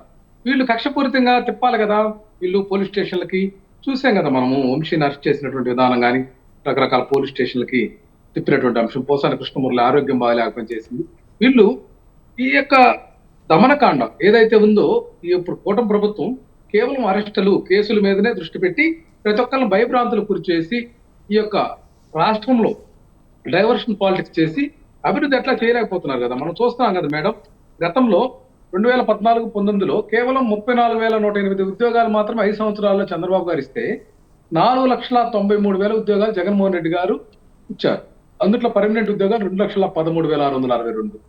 అట్లాగే 58,000 మంది ఆర్టీసీ ఉద్యోగులు కూడా రెగ్యులరైజేషన్ చేశారు కదా, ఆర్టీసీ కార్పొరేషన్ గా వీళ్ళని చేసి ఇట్లా చాలా మంచి పనులు చేసి ఉద్యోగ వ్యవస్థ కానీ అట్లాగే పారిశ్రామికంగా కూడా ఇండస్ట్రీస్ గ్రాస్ వాల్యుయేషన్ ఎడిషన్ కూడా చంద్రబాబు గారి హయాంలో కంటే కూడా జగన్మోహన్ రెడ్డి గారి హయాంలో దాదాపుగా 1.5% గ్రోత్ ఉందండి. ఇది 11.92 ఉంటే 2019లో జగన్మోహన్ రెడ్డి గారి హయాంలో 12.61%కి ఎగబాకింది. అట్లాగే ఏదైతే ర్యాంకింగ్ కూడా 8వ ర్యాంక్కి మన రాష్ట్రం వచ్చింది 11 నుంచి, ఏది కరోనా తట్టుకోను కూడా. అట్లా పర్ క్యాపిటల్ ఇన్కమ్ అని తీస్తారు మేడం, 1,54,000 అది ఉంటే దాన్ని కూడా సగటు తలసరి ఆదాయం విషయంలో కూడా జగన్మోహన్ రెడ్డి హయాంలో అదంతా కూడా గ్రోత్ ఉంది.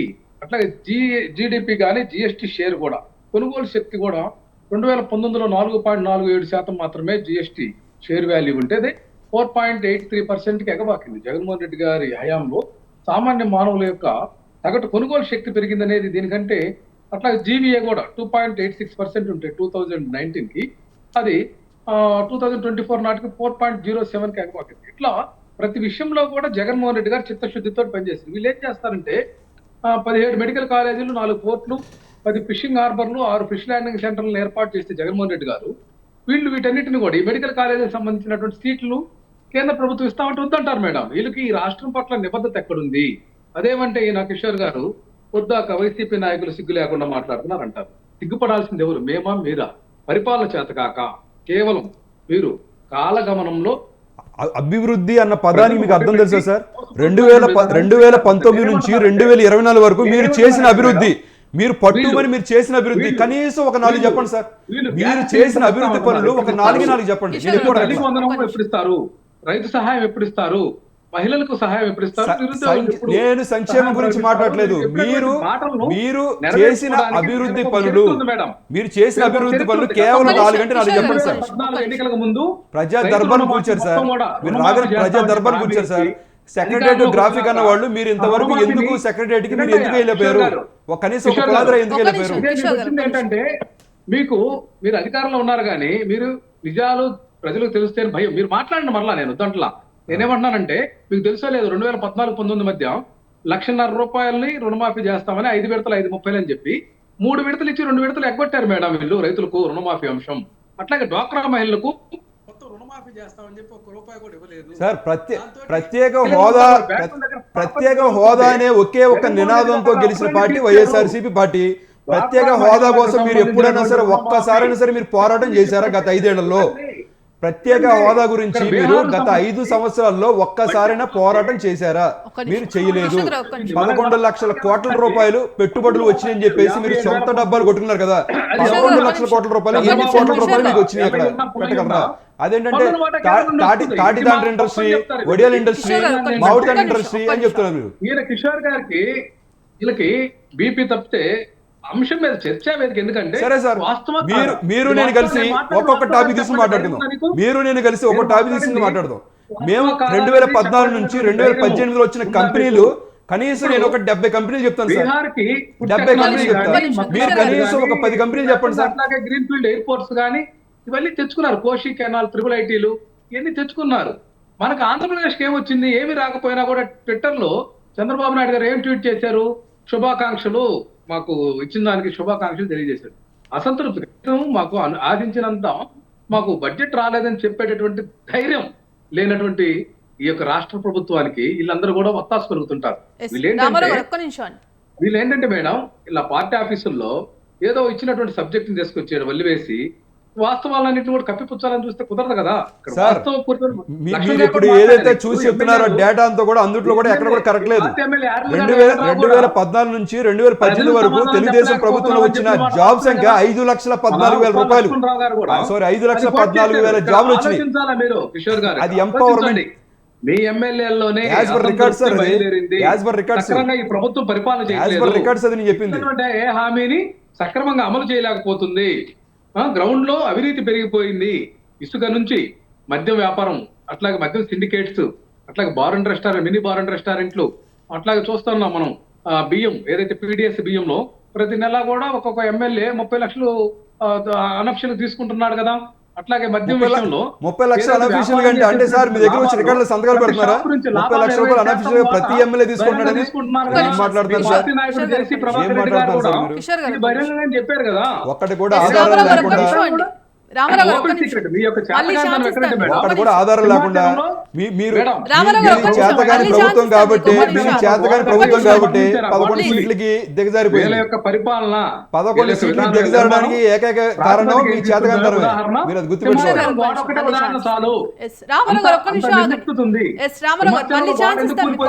5 సంవత్సరాల్లో ఒక ఇటుకురా వేయలేదు మీరు. 5 సంవత్సరాల్లో ఒక్క ఇటుకురా వేయలేదు మీరు. ప్యాలెస్ కట్టించుకున్నారు. లక్ష్మణ్ గారు, మరి ఇవాళ కూటమి ప్రభుత్వం ఏర్పడి ఏడాది కావస్తోంది. మరి ఈ నేపథ్యంలో ఈ ఏడాది కాలంలో కూడా పూర్తి స్థాయిలో నిధులు రాబట్టుకుంటుందా?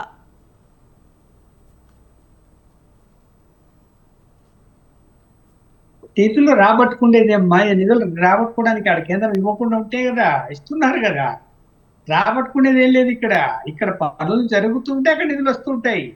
మీరు అడగాల్సింది ఏంటంటే ఇక్కడ పనులు జరుగుతున్నాయా, లేట్ అవుతున్నాయా, టెండర్లు ఎప్పుడు పిలిచారు అనేది చూడాలి మనము. ఇప్పుడు అమరావతి రాజధానికి క్లియర్ గా నిధులు కేటాయించి ఉన్నారు. ఇలా పనులు స్టార్ట్ అయితే కదా నిధులు వస్తాయి. టెండర్ ప్రక్రియ 3 నెలలు కొనసాగింది. ఇప్పుడు ఏదో టెండర్లు అప్పగించామంటారు. ఈలోగా అక్కడ మొన్న వర్షం పడితే కూడా మొత్తం వాటర్ వచ్చింది అమరావతిలో. పనులు జరగటం లేదు. అలాగే పోలవరం కూడా ఇంకా పనులు ఫాస్ట్ గా జరగటం లేదు. ఇది ఇది ఈ రెండింటికి సంబంధించి ఎక్కువగా ప్రజలు ఆలోచిస్తున్నారు. ఇప్పుడు అమరావతి రాజధాని పుంజుకుంటే తప్ప ఇక్కడ రియల్ ఎస్టేట్ కూడా పుంజుకునే అవకాశం లేదు. రియల్ ఎస్టేట్ బిజినెస్ అక్కడ ఉంది. ఏ విధంగా వీళ్ళు ఒక ఆర్థిక వనరులు పెంచుకుంటారు? మరి ఎక్కువ ఇన్కమ్ వచ్చేది ఆధారపడుతున్నది లిక్కరు, రెండోది రియల్ ఎస్టేట్ మీద. ఈ రియల్ ఎస్టేట్ బిజినెస్ పికప్ కాకపోతే ఆ రెవెన్యూ రావడం లేదు. లిక్కర్ మీద ఓకే వస్తున్నది బాగుతున్నది, అది ఒకటి సరిపోదు. ఇక నీకు సేల్స్ అంటే ప్రజలకు కొనుగోలు శక్తి పెరిగితే తప్ప బయట అంటే రూపాయి మార్పిడి ఉంటే తప్ప రెవెన్యూ పెరగదు. రూపాయి మార్పిడి కూడా అంతగా ఆశించేంతగా లేదు. అన్నప్పుడు ఎందుకు లేదు అంటే ఎక్కడ పడితే అక్కడ వర్కులు జరుగుతూ బిల్లులు చెల్లిస్తూ ఉంటే మార్కెట్లోకి నిధులు వెళ్తాయి, అంటే రూపాయలు వెళ్తాయి. ఇది సరే గత ప్రభుత్వం తప్ప ఈ ప్రభుత్వం తప్ప అనే కాదు. రాష్ట్ర వ్యాప్తంగా 3,000 కోట్లు మున్సిపాలిటీలకు చెల్లించలేదు, బిల్లులు పెండింగ్ లో ఉన్నాయి. సంవత్సరం ఏంది గవర్నమెంట్ వచ్చి ఏం చెల్లించగలిగినారు? మరి అన్ని పనులను ఆగిపోయి ప్రతి మున్సిపాలిటీలో నిధులు లేక వాళ్ళ పనులు ఆగిపోయి ఉన్నాయి. దాని గురించి ఆలోచిస్తున్నారు. అందుకనే కదా ఎమ్మెల్యే అసంతృప్తి వ్యక్తం చేస్తున్నారు, మేమేం చేయలేకపోతున్నామని. ఎందుకంటున్నారు? ఊరికేనే అలా అంటలేదు కదా. అలాగే ఇంటర్నల్ తగాదాలు. ఇప్పుడు ఒక మంత్రి కర్నూలు సంబంధించిన టీజీ భరత్ అనేటువంటి మంత్రి ఎవరన్నా నాకు ఈ పని చేసి పెట్టాలా అని చెప్పి వెళితే ఓటరు ప్రజలు ఆయన సంబంధించిన పిఏ ఆధార్ కార్డు తీసుకురా, కంప్యూటర్లో ఎంటర్ చేయాలి, అసలు ఈ మా నియోజకవర్గమా కాదా అని వాళ్ళని వేధిస్తే వాళ్ళు ఏం పని చేసుకుంటారు? పారిపోయి వెళ్ళిపోతారు వాళ్ళు. ఇవన్నీ పేపర్లో వచ్చినట్టుగా చెప్తున్నాను నేను. మరి అక్కడ ఉన్నటువంటి తెలుగుదేశం మాజీ మంత్రి దాన్ని ఏమయ్యా టీజీ భరత్ ఎలా చేస్తున్నావేంటి, కార్యకర్తలు ఏమైపోతారు, మీరు ఆధార్ కార్డులు అడగడం ఏంటి వచ్చిన చెప్పి అడుగుతూ అని చెప్పి ఆయన బహిరంగ మీటింగ్ లోనే మాట్లాడారు.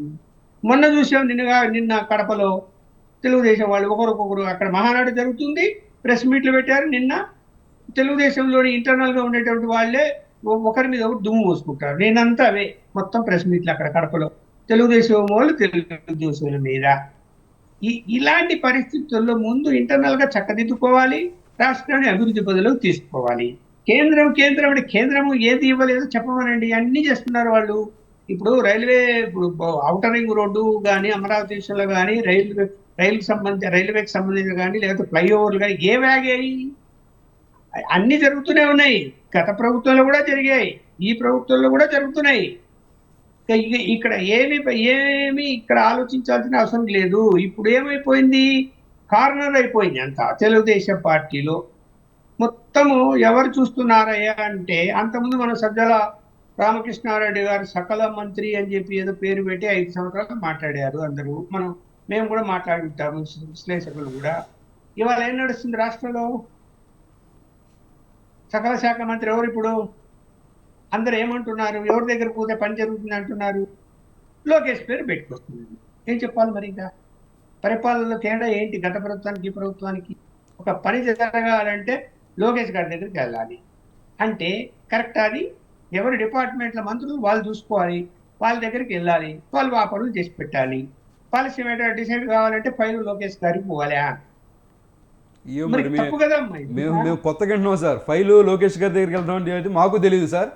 ఎందుకంటే ఎక్కడికెక్కడ ప్రతి శాసనసభ్యులు కూడా దానికి వచ్చిన ఇష్యూస్ అని కూడా తీసుకుంటారు సార్.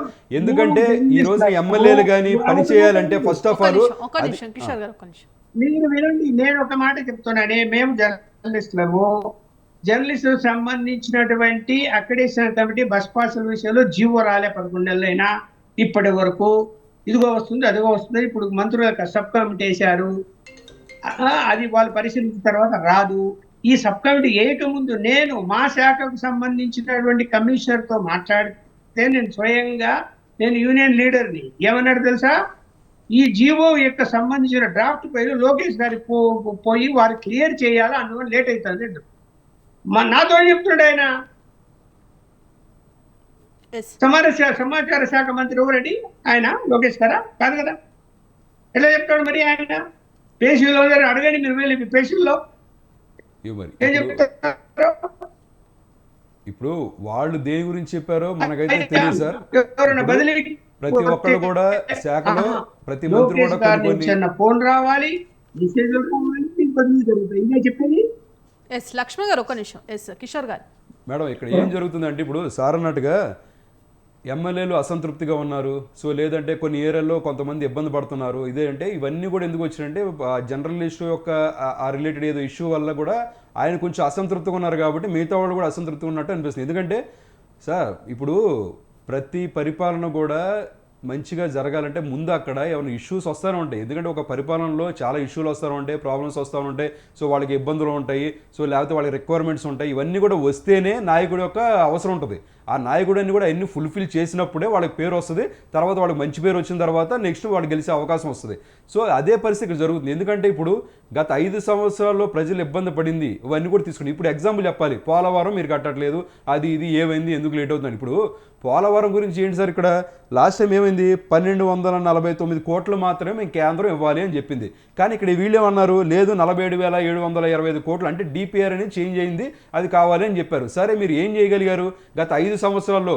జూన్ 1, 2021 ఆ రోజున పోలవరాన్ని మేము శంకుస్థాపన చేస్తున్నామని చెప్పి గట్టిగా అసెంబ్లీలో తొడలు తెరిచారు. కానీ ఆ రోజున చేయలేపారు. అది లేట్ చేయబట్టి ఇప్పుడు ఉన్న ప్రస్తుత పరిస్థితులను బట్టి అక్కడ వెళ్ళిన మౌలిక సదుపాయాలన్నీ కూడా ఎక్కువగా పెరగబట్టి కూడా ఆ ప్రాజెక్టు డీపర్ చేంజ్ అయింది, అమౌంట్ అనేది చేంజ్ అయింది. ఇప్పుడు మనం ఏం చేయాలా, కేంద్ర ప్రభుత్వం మనకి ఇస్తానంది. కానీ ఇప్పుడు వాళ్ళు ఏమంటున్నారు, ఇదిగో మనం అనుకున్న డిపిఆర్ ప్రకారం, గత ప్రభుత్వం యొక్క డిపిఆర్ ప్రకారం మేము ఇంతే ఇస్తాం అమౌంట్ అని చెప్పేసి వాళ్ళు చెప్తున్నారు. కానీ మనం ఏం చేయాలి, అలా కుదరదు, ఇప్పుడు ఉన్న రేట్ల పరిస్థితి అని చెప్పి డిపిఆర్ ఎక్స్చేంజ్ చేశారు. సో వీటన్ని టైం పడుతుంది సార్. మనకి ఇంకా 4 సంవత్సరాలు అయిపోయి ఇంకా మన ఎలక్షన్స్ బాట్ల మనకి కనీసం సంవత్సరం కూడా గాల ఇక్కడ వచ్చి అధికారంలోకి వచ్చి. ఇందుట్లో కూడా గత ప్రభుత్వం ఏ విధమైన దుర్మార్గాలు చేసిందో మీకు తెలుసు, నాకు తెలుసు, ప్రజలకి తెలుసు. అందుకే ఈ రోజున వాళ్ళ ఇంట్లో కూర్చున్నారు. వాటన్నిటిని కూడా తీసుకొని కింద ఉన్న అధికార లోపాలు కానీ, కింద ఉన్న ఇష్యూస్ కానీ, డిపిఆర్ చేంజ్ కానీ, ఈవెన్ ఆయన మనం చెప్తున్నారు కదా, ఒక సిఎస్ కూడా సంబంధించిన వ్యక్తి కూడా మనకి ఢిల్లీలో ఒక్కళ్ళు కూడా లేరు ఆంధ్రప్రదేశ్ సంబంధించి. ఇలాంటి చాలా ఇష్యూస్ ఉన్నాయి లిక్కర్ స్కామ్ గురించి. సో లిక్కర్ కూడా అంతా సెటిల్ చేయడానికి ఎంతసేపు పడుతుంది సార్ మనకి. లేకపోతే బాబు గారి యొక్క పనితనం నాకంటే కూడా అనుభవజ్ఞులు పెద్దలు మీకు ఎక్కువ తెలియాలా. ఆయన ఏ విధంగా కష్టపడ్డాడు, ఏ విధంగా తీసుకొచ్చాడో తెలుస్తుంది. ఇవన్నీ కూడా సార్ట్ అవుట్ టైం పడుతుంది. ఈ రోజున అమరావతిలో టెండర్లు ఆల్రెడీ పిలిచారు, ఆల్రెడీ వర్క్లు స్టార్ట్ అయినాయి. సో అంతేకాని రోడ్లు స్టార్ట్ అయినాయి. ఇంతకుముందు వెళ్తే నిజంగా శ్మశానంలాగా అనిపించింది గత 5 సంవత్సరాల్లో. ఈ రోజు వెళ్తేనే గజం ఎంత 40,000, 50,000, 60,000 ఈ ఈస్ట్ కార్నర్ బిట్టా అని చెప్పి మాట్లాడుకుంది. ఈ రోజునే రాత్రిపూట కూడా మనం కారు వేసుకుని వెళ్ళగలుగుతున్నాం అంటే ఫుల్ లైట్లు ఉండి చక్కగా మనిషి నడుచుకునే పరిస్థితి వస్తుందంటే ఈ రోజున వచ్చింది. ఈ రోజున మనకి అక్కడ వచ్చిన ఇన్నర్ బైపాస్ కానీ, తర్వాత అవుటర్ బైపాస్, మీరు అవుటర్ రింగ్ రోడ్ అంటారు. అవుటర్ రింగ్ రోడ్ ఎక్కడ కూడా కేంద్రం నుంచి మనకి ఏమి అమౌంట్ ఏమో రాదు సార్. ఇంకా ఉంది అక్కడ పరిస్థితి. 70 మీటర్లని అనుకున్నది ఇప్పుడు 150 మీటర్లకి ఎక్స్టెండ్ అయింది. దాని గురించి ఇంకా అప్రూవల్ రావాలి మనకి. ఇంకా చాలా వరకు పరిస్థితులు కూడా అప్రూవల్ స్టేజ్లోనే ఉన్నాయి. అవన్నీ అప్రూవల్ రావాలి. ఇవన్నీ కూడా మనం చక్కదిద్దుకోవాలి. అంతేకాకుండా ప్రైవేటు ఏదైతే ఉన్న పెట్టుబడిదారులు మనం ఆకర్షించగలగాలి. అంతేకాకుండా గత ప్రభుత్వం 5 సంవత్సరాల్లో కొన్ని కోట్ల రూపాయల బిల్లుల్స్ అని పెండింగ్లో పెట్టింది. ఇప్పుడు ఈ రోజున మన జంగిల్ క్లీనింగ్ అని వెళ్తే, సార్ ఇదిగోండి సార్ గత 5 సంవత్సరాలు మేము అన్యాయం అయిపోయాము సార్, ఆఖరికి కరెంట్ కేబుల్స్ తీసుకొచ్చి అక్కడ పెడితే దొంగలు ఎత్తుకుపోయారు సార్, ఈ విధంగా రోడ్లు తీసుకొస్తే అంతా నాశనం అయిపోయింది సార్, మీరు ఏదో ఆదుకోండి సార్. అందరూ వచ్చి చేతులు ఎత్తి దండాలు పెడితే వాళ్ళందరూ కూడా సెటిల్మెంట్ చేయాలా, ముందు ఈ పనులు చేసుకుంటారా బాబు, మీకు మెల్లిమెల్లిగా అమౌంట్ సెటిల్ చేస్తామని చెప్పి ఆ విధంగా ఇలా ప్రతి ఒక్కడు కూడా సార్ట్ అవుట్ చేసిన పరిస్థితులు ఉంది సార్ మనకి అక్కడ. ఎందుకంటే ఈ రోజున మనం అంతా కూడా 0 పొజిషన్ నుంచి 1, 2, 3 అనుకున్నాం. కానీ అక్కడ ఉన్నది మైనస్ పరిస్థితి. ఆ మైనస్ ముందు 0 తేవాలా, 0 నుంచి 1 తేవాలా. అందుకనే చంద్రబాబు నాయుడు గారు వచ్చిన 2-3 నెలల్లోనే ఆయన శ్వేతపత్రాలు రిలీజ్ చేశారు. అందుకే ఇలాంటి ఇష్యూస్ అన్నీ కూడా వస్తాయి. ఆ శ్వేతపత్ర ఆధారితంగానే ఇప్పుడు ప్రతి ఒక్క పని కూడా మనకి ముందుకు సాగే పరిస్థితి చూస్తున్నాం మనం. మీరు కూడా ఆలోచించాలా, మీకున్న సమస్యలన్నీ కూడా ఖచ్చితంగా సాల్వ్ అవుతాయి. దాని పరిస్థితి బట్టి మేబీ లోకేష్ గారు ప్రతి ఒక్క దాంట్లో ఇన్వాల్వ్ అవుతారని కాదు. సో ఖచ్చితంగా ఆయన బ్యాక్ బోన్గా ఉన్నారు. ఆయన ఖచ్చితంగా కూడా ముందడుగులు వేస్తారు. ఎందుకంటే ఆయన డెసిషన్ కూడా ఏ విధంగా ఉంటుంది, దీనివల్ల ఇంపాక్ట్ అనాలిసిస్ ఏమైనా ఉంటుంది, ఇంపాక్ట్ అనాలిసిస్ కూడా చేయాలి సార్. సో దానికి సంబంధించిన మంత్రులు కూడా ఏముందో పరిస్థితి చూడాలి. ఇప్పుడు మీరు చెప్పినంత మాత్రాన నేనేం చెప్పలేను. ఎందుకంటే అక్కడ ఉన్న సిచ్యువేషన్ అనేది అక్కడ వాళ్ళకి ఇంటర్నల్ వాళ్ళకి మాత్రమే తెలుస్తుంది. సో అంతే, మేము ఎక్కడ కూడా తెలుగుదేశం ప్రతి కార్యకర్త కూడా ఎక్కడ కూడా మేము అసంతృప్తిగా లేవో. కాకపోతే పనులు అనేవి జరుగుతూ ఉంటాయి. ఎందుకంటే మేము గత ప్రభుత్వంలో ఎంత ఇబ్బందులు పడ్డామో ఈ రోజు మేము ఆనందంగా ఉన్నాం. ఈ రోజు చాలా హ్యాపీగా ఉన్నాం. ఎందుకంటే మా చంద్రబాబు నాయుడు గారు ఉన్నారు, ఎందుకంటే మా తెలుగుదేశం ప్రభుత్వం ఉంది, ఎందుకంటే మా నరేంద్ర మోడీ గారు ఉన్నారు, కూటమి ప్రభుత్వం ఉంది. ఖచ్చితంగా డబుల్ ఇంజిన్ సర్కారులో ప్రతి ఒక్క పేదలకి వాళ్ళ నోటిలో ముద్ద పెట్టుకుంటున్నారంటే ఖచ్చితంగా కూటమి దయ వల్ల పెట్టుకోబోతున్నారు. అది తథ్యం. ఎస్, మరి కిషోర్ గారు ముఖ్యంగా ఇవాళ అమరావతి రాజధాని విషయంలో కొంత నిధుల కొరత ఏర్పడిందంటూ కూడా వార్తలు వినిపిస్తున్నాయి. మరి నిధుల కొరత ఎందుకు వచ్చిందంటారో, ఇప్పటి వరకు ఏడాది కావస్తున్న ఆ కాలంలో కూడా ఇప్పటి వరకు ఈ ఏడాది కాలంలో దగ్గరకు వస్తోంది, ఇంకా నెల అయితే కూటమి ప్రభుత్వం ఏర్పడి ఏడాది పూర్తవుతోంది. మరి ఈ నేపథ్యంలో ఇప్పటి వరకు ఎన్ని నిధులు రాబట్టారు, ఇటు అమరావతి విషయంలో ఎందుకు నిధుల కొరత ఏర్పడుతుంది అని అనుకోవచ్చు?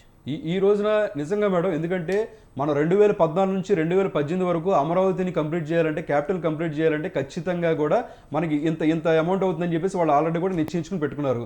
కానీ తర్వాత వచ్చేటప్పటికి ఏమైంది, గత 5 సంవత్సరాల్లో మీరు ఈ వైఎస్ఆర్సీపీ పార్టీ అనేది దాన్ని కనీసం ముందుకు తీసుకెళ్ళబోగా 3 రాజధానులు అని చెప్పేసి ఒక కోతి సిద్ధాంతాన్ని తీసుకొచ్చింది. ఆ 3 రాజధానులు కూడా మీరు ఏమైనా చేశారా అంటే ఎక్కడ కూడా వైజాగ్ అన్నారు, కర్నూలు కడప అన్నారు, తర్వాత వచ్చేటప్పుడు ఇది అన్నారు, ఎక్కడ కూడా ఒక ఇటుకరాయి మేము పెట్టలేదు. ఎందుకంటే అమరావతి కనుక డెవలప్ అయిందంటే ఇక్కడ ఆంధ్ర ఓడ్ అనేవాడు పైకి ఎదుగుతాడు. సో ఖచ్చితంగా మన మాట వినరు. మనం ఇంతకుముందు ఒక సినిమా చూస్తుంటాం, లేటర్స్ సినిమాలో గొల్లబడి మారుతురుగా చెప్తారు, వాళ్ళకి ఎప్పుడు కూడా కడుపు నిండా అన్నం పెట్టకూడదు, ఇలా పచ్చడి మెతుకులు పట్టాలా, పెట్టినప్పుడు వాళ్ళు మన వెనక తిరుగుతారు. ఆ సిద్ధాంతం అనేది వైఎస్ఆర్సీపీ సిద్ధాంతం. అదేవిధంగా అక్కడ ఉన్న వాళ్ళందరూ కూడా పస్తులు పెట్టి 3 రాజధానులు కావాలని చెప్పేసి రోజుకి 500 రూపాయలు ఇచ్చి అక్కడ బిర్యానీలు పెట్టి టెంట్లు వేసి తాళాయిపాలెం, నేను ఊరి పేరుతో సహా చెప్తా, తాళాయిపాలెంలో టెంట్లు వేసి జనాల్ని ఆటోల్లోనూ లేదా బస్సుల్లోనూ తరలించి అక్కడ వచ్చి దొంగ ఏదైతే ఉందో దొంగ ధర్నాలు అనేది చేశారు. ఇలాంటి ఎన్నో అస్తవ్యస్తాలు చేశారు మేడం. ఈ రోజున రోడ్లు అనేది చాలా వరకు కంప్లీట్ అయిపోయిన రోడ్లు కూడా అక్కడ కొన్ని పరిస్థితుల వల్ల కొన్ని కోతకు వచ్చినాయి. అంటే ఎందుకంటే మనం ఇన్కంప్లీట్ చేసిన తర్వాత అదే పరిస్థితి వస్తుంది. సో అక్కడ ఉన్న కరెంట్ కేబుల్స్ కానీ, పోల్స్ కానీ, తర్వాత దాని యొక్క ఫినిషింగ్ వర్క్స్ కానీ, టైల్స్ కానీ, ఇలాంటి ఎన్నో వ్యవస్థలు. ఇప్పుడు సపోజ్ చెప్పాలంటే అక్కడ ఎన్ని కన్స్ట్రక్షన్ జరిగింది మేడం. ఎందుకంటే ఇలాంటి వాళ్ళు ఇలా గ్రాఫిక్స్ అని చెప్పారు కాబట్టి ఎంతోమంది యూట్యూబ్లో కూడా స్వచ్ఛందంగా వెళ్ళి వాళ్ళందరూ కూడా ఈ వీడియోలు తీసుకొని, ఒరే బాబు, ఒరే వెదవా, అక్కడ గ్రాఫిక్స్ కాదురా ఉంది, ఇదిగోరా బిల్డింగ్, ఇదిగోరా అని చెప్పి చక్కగా చూపించారు. వాటన్నిటి చక్కగా నిజంగా వీళ్ళు ఇంత పనికిమాలిన కాకపోతే ఆ బిల్డింగ్లకి నీట్గా హౌస్లు ఇది డోర్స్ పెట్టుకొని పెయింట్లు వేసుకున్న వాళ్ళని యూజ్ చేసుకోవచ్చు మేడం, వాళ్ళ ఎమ్మెల్యేని యూజ్ చేసుకోవచ్చు. ఇలాంటి పనికిమాలిన పనులు చేశారు కాబట్టి అవన్నీ కూడా కొన్ని సంవత్సరాలు వెనకెళ్ళిన పరిస్థితి చూసాం. అలాగే పోలవరం మనందరూ తెలుసు, డ్యామ్ గేట్లు ఎలాగైతే కొట్టుకుపోయినాయి, సో ఏ విధంగా అయితే ఇలాంటి కోతలు గురైనాయి, సో ఏదైతే కుడికాలంలో ఏ విధంగా జరిగింది, ఇవన్నీ కూడా అంతే. కనీసం వాళ్ళు రాయలసీమ అంటున్నారు, రాయలసీమ కానీ మీరు ఏమైనా చేశారు సార్? పట్టిసీమ నుంచి రాయలసీమకి నీళ్లను తరలించిన వ్యక్తి కేవలం చంద్రబాబు నాయుడు. అంతేకాకుండా ఈ రోజున పోలవరం నుంచి బలగచర్లకు కూడా నీటిని అందించాలని చెప్పేసి ఆయన ఎన్నో దానికి కూడా ఏంటంటే డీపర్ రెడీ చేసి అది ఈ రోజున నిర్మలా సీతారామన్ గారికి ఇస్తున్నారు. ఇలాంటి ఎన్నో మంచి పనులు చేస్తున్నారు. ఖచ్చితంగా కూడా ఆంధ్రప్రదేశ్ యొక్క క్యాపిటల్ నిర్మాణానికి ఖచ్చితంగా సూట్ అయిన వ్యక్తి కేవలం చంద్రబాబు నాయుడు గారే. గత హయాంలో 5 సంవత్సరాలు చేసిన అక్రమ పరిపాలన వల్ల వాటన్నిటిని సార్ట్ అవుట్ చేసుకోవడానికి లేట్ అవుతుంది తప్పితే అంతమించి ఎటువంటి ఇది లేదు. కేంద్రం కూడా సుముఖత చూపిస్తుంది. ఎందుకంటే లాస్ట్ టైం కూడా కేంద్రానికి ఎంతసేపు కూడా ఇంతకుముందు కూడా కేంద్రం దగ్గరికి వెళ్ళి నాకు ఈ నిధి కావాలని చెప్పి ఎప్పుడు మమ్మల్ని జగన్మోహన్ రెడ్డి అడగలేదని చెప్పేసి నరేంద్ర మోడీ గారు కూడా వ్యక్తం చేసిన పరిస్థితి వస్తుంది. ఎంతసేపు కూడా ఆయన కేసు గురించి, సో లేకపోతే బాబాయ్ హత్యల గురించి, లేకపోతే కోడి కత్తుల గురించి, వీటి గురించి మాట్లాడుకున్న తర్వాత ఎప్పుడు కూడా ఆంధ్రప్రదేశ్ ప్రయోజనం కోసం చూడలేదు. ఎంతసేపు కూడా తాడేపల్లి బంగళా, లేకపోతే పులివెందుల బంగళా, లేకపోతే బెంగళూరు బంగళా, ఆఖరి వైజాగ్ బంగళాలు కట్టుకోవడమే సరిపోయింది దానికి. ఎక్కడ కూడా ఆంధ్రప్రదేశ్ ప్రజల్ని ఎక్కడ కూడా ఆయన పట్టించిన పరిస్థితి లేదు. చంద్రబాబు నాయుడు గారు కరెక్ట్ అయిన లీడరు, క్రెడిబుల్ లీడరు. ఆయనే ఖచ్చితంగా క్యాపిటల్ నిర్మాణం చేయాలన్నా, పోలవరం నిర్మాణం చేయాలన్నా, ఆంధ్రప్రదేశ్ని అభివృద్ధి చేయాలన్నా ఆయనకే సాధ్యం. రామారావు గారు ఇక్కడ ఒక అంశం మేడం, ఇప్పుడు కిషోర్ గారు చెప్పేదంతా కూడా ఒక్కొక్కప్పుడు ఉపన్యాసం. నేను ఒక ఆన్సర్ అడుగుతున్నా ఆయన నుంచి. ఇప్పుడు ఉపాధి హామీ కూలీలకి 3 నెలల నుంచి చెల్లింపులు ఎందుకు లేవు? అంతా బాగా చేస్తున్నారు అన్నారు కదా, ఉద్యోగాలకు జీతాలు కూడా లేనటువంటి పరిస్థితి ఉందా లేదా? అట్లా కుట్టు మిషన్ కుంభకోణము 4 విడతలుగా ప్లాన్ చేసుకొని మొట్టమొదట బీసీ కార్పొరేషన్ ద్వారా 230 కోట్ల రూపాయలు దాన్ని ఒక ప్రాజెక్ట్ తీసుకొని అందులో 73,000 కోట్ల యాక్చువల్ వాల్యూ అయితే 167 కోట్లు అందులో నుంచి స్కామ్ చేయడానికి వీళ్ళంతా కూడా పూనుకొని చేసినటువంటి మాట వాస్తవం కాదా? అట్లాగే యాక్సిస్ పవర్ నుంచి ₹4.60 విద్యుత్తుని వాస్తవం కాదా? జగన్మోహన్ రెడ్డి గారి సెకీ ద్వారా ₹2.49 కొంటే నానాయాగి చేసినటువంటి ఈ ఎల్లో బ్యాచ్ ఈ రోజు ఏం సమాధానం చెప్తారని అడుగుతున్నా. అట్లాగే ఇసుక, మద్యం ఈ యొక్క బెల్ట్ షాపులకు సంబంధించి అక్రమాలు జరగకుండా గతంలో జగన్మోహన్ రెడ్డి గారు మా నాయకుడు స్పెషల్ ఎన్ఫోర్స్మెంట్ బ్యూరోని పెడితే దాన్ని రద్దు చేశారు. ఎవరి కోసం? ఏం స్కామ్ చేయడానికి ఎవరు లబ్ధి కోసం దాన్ని రద్దు చేశారని సార్ అడుగుతున్నాను. అసలు లెక్క మీ జగన్మోహన్ రెడ్డి గారి టైంలో జరిగిన మద్యమే పెద్ద స్కాము. మళ్ళీ ఇంకా స్కామ్ ఇంకేం చేస్తారు సార్? సార్ నేను సూటిగా మిమ్మల్ని క్వశ్చన్ అడుగుతున్నాను. మీరు అడిగారు కదా, దానికి ఆన్సర్ నేను చెప్తాను. క్వశ్చన్ మిమ్మల్ని అడుగుతాను, మీరు ఎందుకు ఫోన్ పేలు పెట్టలేదు? మీరు ఎందుకు ఆన్లైన్ విధానం అనేది మద్యం షాపుల దగ్గర ఎందుకు పెట్టలేకపోయారు? మీరు అందుట్లో ఉన్న 10,000 మంది స్టాఫ్ కి మీరు నోటిఫికేషన్ ఎందుకు జారీ చేయలేకపోయారు? Simple question sir, simple question మీకు సింపుల్ క్వశ్చన్ అడిగాను. మాట్లాడారు మీరు. నాడు నేడు గురించి మీరు 9,000 కోట్ల రూపాయలు నిధుల్ని మీరు సెంట్రల్ గా చేస్తారని చెప్పేసి మొత్తం కూడా ఎందుకు కుంభకోణంలో నెట్టేశారు? చెప్పండి సార్, మీరు ఒక క్వశ్చన్ అడగండి, ఒక క్వశ్చన్ నేను ఆన్సర్ చెప్తా. అంతేకాకుండా అమ్మఒడికి, అంతేకాకుండా అమ్మ దీవెనికి 15,000 రూపాయలు ఈ జూన్ లో ప్రకటించబోతున్నారు. ఇప్పుడు ఇందులో కలుగు చేసుకుంటే ఈ చర్చా వేదిక ఏమన్నా ప్రతిఫలం ఉంటుందా? ఆ కనీస జ్ఞానం కూడా లేకుండా వీళ్ళు ప్రవర్తిస్తారన్నమాట. ఇప్పుడు ప్రతిపాదనకి మీరు సూటిగా క్వశ్చన్ వేసినప్పుడు నేను ఆన్సర్ చెప్పాను. నేను వేసిన ఏ క్వశ్చన్ కూడా మీరు ఆన్సర్ చెప్పలేకపోతుంది, ఎందుకంటే మీకు అవగాహన లోపం ఉంది. ఇప్పుడు జ్ఞానం ఎవరికి ఉంది? విజ్ఞాని ఎవరు? ఇంగిత జ్ఞానం ఎవరికి లేదు? తెలిసిపోతుంది కదా ఇక్కడ మీకు. సింపుల్ క్వశ్చన్ అడుగుతున్నాను మిమ్మల్ని సింపుల్ క్వశ్చన్ అడుగుతున్నాను. మీరు ఇంతవరకు కూడా నేను ఒక 10 క్వశ్చన్స్ అడిగాను, ఇంతవరకు కూడా ఒక ఆన్సర్ చేయలేకపోయారు. మీరు ఒక ఆన్సర్ చేయలేకపోయారు. ఎంతసేపు కూడా సాక్షి వాళ్ళు ఇచ్చిన బ్లూ మీడియా ఇచ్చిన డేటా తీసుకొచ్చి ఇక్కడ మీరు చదువుతున్నారు తప్పితే మీకు ఎక్కడ కూడా అవగాహన లేదని అర్థమవుతుంది. కలుగు చేసుకొని ఎవరికి అర్థం కాకుండా ప్రయత్నం చేయడం ఇది ఏమాత్రం. మీరు క్వశ్చన్ అడిగారు, ఆన్సర్ చెప్పమన్నారు, చెప్తున్నాను. ఎందుకంటే సమయం కూడా లేదు కాబట్టి మీరు క్వశ్చన్ అడిగినప్పుడు ఆన్సర్ చెప్తున్నాను. 100%. ఒకటి మేడం, ఉద్యోగస్తులకి ఐఆర్ ఇస్తామన్నారు, ఈ రోజు ప్రకటించాలా? పిఆర్సీ చైర్మన్ ఎందుకు పెండింగ్ పెడుతున్నారు? పిఆర్సీ ప్రస్తావన ఉంటున్నా, సిపిఎస్ ఏమైంది? డిఆర్ అరియర్స్ ఇన్ని నెలల నుంచి పెండింగ్ పెట్టుంటే దాన్ని మేము చేస్తామంటే ఇవ్వకుండా మభ్య పెడుతున్నారు. అట్లాగే నిత్యావసర సరుకులు విపరీతంగా పెరిగిపోయినాయి. ఇవన్నీ వీళ్ళకి కనపడవు, వీటి మీద మాట్లాడరు. నేనేమంటున్నానంటే వీళ్ళు అసలు లేనటువంటి కేసుని ఒకదాన్ని ఈరోజు తీసుకొచ్చి ఏదైతే చట్టానికి వ్యతిరేకంగా ఏదైతే రిమాండ్ రిపోర్ట్ లో పొందుపరిచినటువంటి పేర్లను అరెస్ట్ చేస్తామనేది ఇది చట్టం ఒప్పుకోనటువంటి అంశం. న్యాయస్థానాల్లో వీగిపోద్ది ఇదంతా కూడా. రేపు పొద్దునప్పుడు తొందర ఎందుకు, ముందుంది ముసలి పండుగ వీళ్ళకైతే. ఖచ్చితంగా లేని మద్యం కేసుని వీళ్ళు అసలు సిట్ అనే దానికి ఆ మద్యం కేసుని దర్యాప్తు చేసేటటువంటి అర్హత కూడా లేదనేది కూడా ఒక వాదన ఉంది. ఏదైతే ఒక అంశం అండి, లావు శ్రీకృష్ణదేవరాయల చేత వీళ్ళు పార్లమెంట్ లో మా మీద బురద జల్లించారు.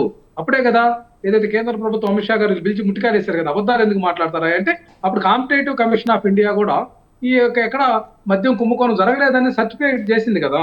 వీళ్ళు అవన్నీ పట్టించుకోరు. వీళ్ళు ఒకటే వాదన అనమాట. నేనేమంటున్నానంటే ఇక్కడ అసలు చంద్రబాబు నాయుడు గారు ఆస్తులీనా అసలు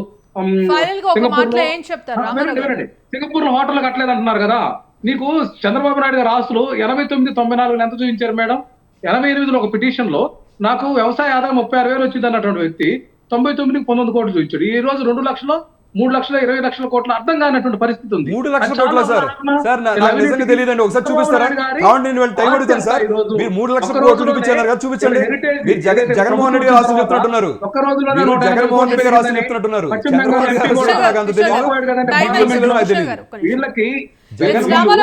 జగన్మోహన్ రెడ్డి గారు ఆశీర్వదించి చెప్పొద్దు నాకు. జగన్మోహన్ రెడ్డి గారు ఆశీర్వదించి చెప్ప అవసరం లేదు. వారసత్వ రాజకీయాలు ఎందుకు మేడం? చంద్రబాబు నాయుడు గారు ముఖ్యమంత్రిగా ఉన్నప్పుడు లోకేష్ పెత్తనం ఎందుకు ఇక్కడ?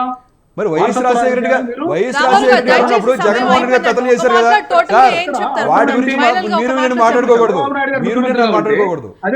లోకేష్ గారి పెత్తనం ఎక్కడ చేశారు? మేమే చేశారా? రాజకీయాలు వద్దన్నటువంటి వ్యక్తి ఈ రోజున ఒకటే మేడం, ఇక్కడ ఏమవుతుందంటే వైఎస్ఆర్సీపీ యొక్క అక్రమాలు ఒక్కొక్కటి కూడా బయటకు వస్తున్నాయి. వాటిని వాళ్ళు జీర్ణించుకోలేక ఈ విధంగా జనాల మీద దుమ్మెత్తిపోవడానికి ప్రయత్నిస్తున్నారు. అది క్లియర్ కట్ గా జంతర్ మంతర్ దగ్గర సార్, జంతర్ మంతర్ దగ్గర మీరు ఎందుకు వెళ్ళి ధర్నా చేశారు మొన్న? వీళ్ళకి ఏమాత్రం లేదు. అసలు రెడ్ బుక్ రాజ్యాంగం ఏంటి? ప్రత్యేక హోదా తీసుకొస్తానని చెప్పేసి గెలిచిన తర్వాత ఒక్కసారి జంతర్ మంతర్ దగ్గర మీరు ధర్నా చేశారా? రెడ్ బుక్ పెట్టి ప్రత్యేక హోదా మీద మీరు ఎప్పుడైనా జంతర్ మంతర్ దగ్గర ధర్నా చేశారా? రైట్, చేయలేదు. ఇంకేంటి సార్ మాట్లాడతారు? ఇవాళ డిబేట్ లో పాల్గొన్న విశ్లేషకులు ఉప్పల లక్ష్మణ్ గారికి, అలాగే టీడీపీ నాయకులు కొలపట్టి కిషోర్ గారికి, అలాగే వైసీపీ నాయకులు బొట్ల రామారావు గారికి ధన్యవాదాలండి. ఇది ఇవాళ బిగ్ టాక్. కీప్ వాచింగ్ స్వతంత్ర.